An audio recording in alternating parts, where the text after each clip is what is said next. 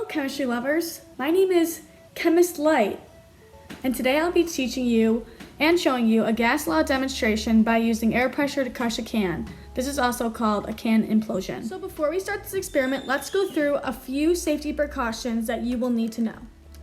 In this experiment, we will need heat-resistant gloves, goggles or glasses to protect your eyes from any spills or splashes, as well as a lab coat or some sort of covering to protect your body from spills or splashes. In addition, a hot stovetop will be used. Be cautious of the heat emitting from the stovetop while performing this experiment. Today, I have with me my assistant, Allie, as we will be showing you the materials you will need for this experiment. Some of the materials you will need are an empty pop can, which has to be aluminum, a large glass bowl, a set of tongs, a water, which is in the sink, and a stovetop, which is also by the sink, and a stopwatch to keep track of your time. Get started! Our first step is to take cold water and fill up the bowl. Our next step is to take about 100 milliliters of water and then measure it out in a separate cup. Finally, pour that directly into the empty can.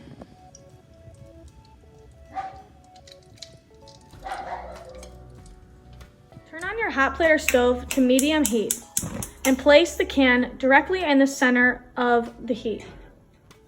Be sure to leave the can on until the timer is up, depending on what trial you are on.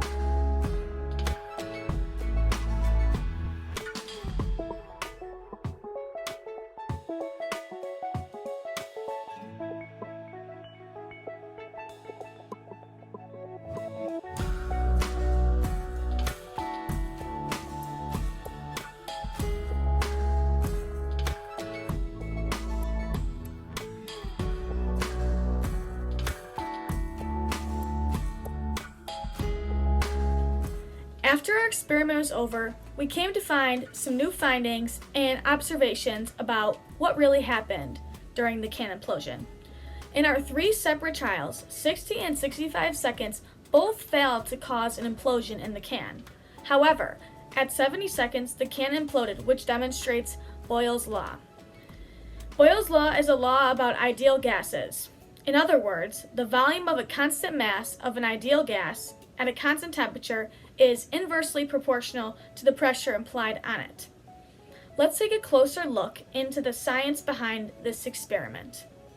Our objective of the gas law demonstration was to show the imbalance of pressure inside the can compared to the atmospheric pressure by using different time markers while observing the can being crushed.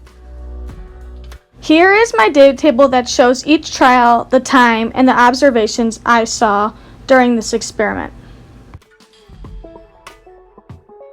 When we first fill our can, it is filled with water and gaseous air molecules. When the can is heated, energy is added to the water molecules and the water molecules spread apart more. When enough energy is added, our matter turns from a liquid to a gas. This is called water vapor. The pressure inside the can is extremely high until the can is flipped upside down in the cold water and the pressure is decreased quickly.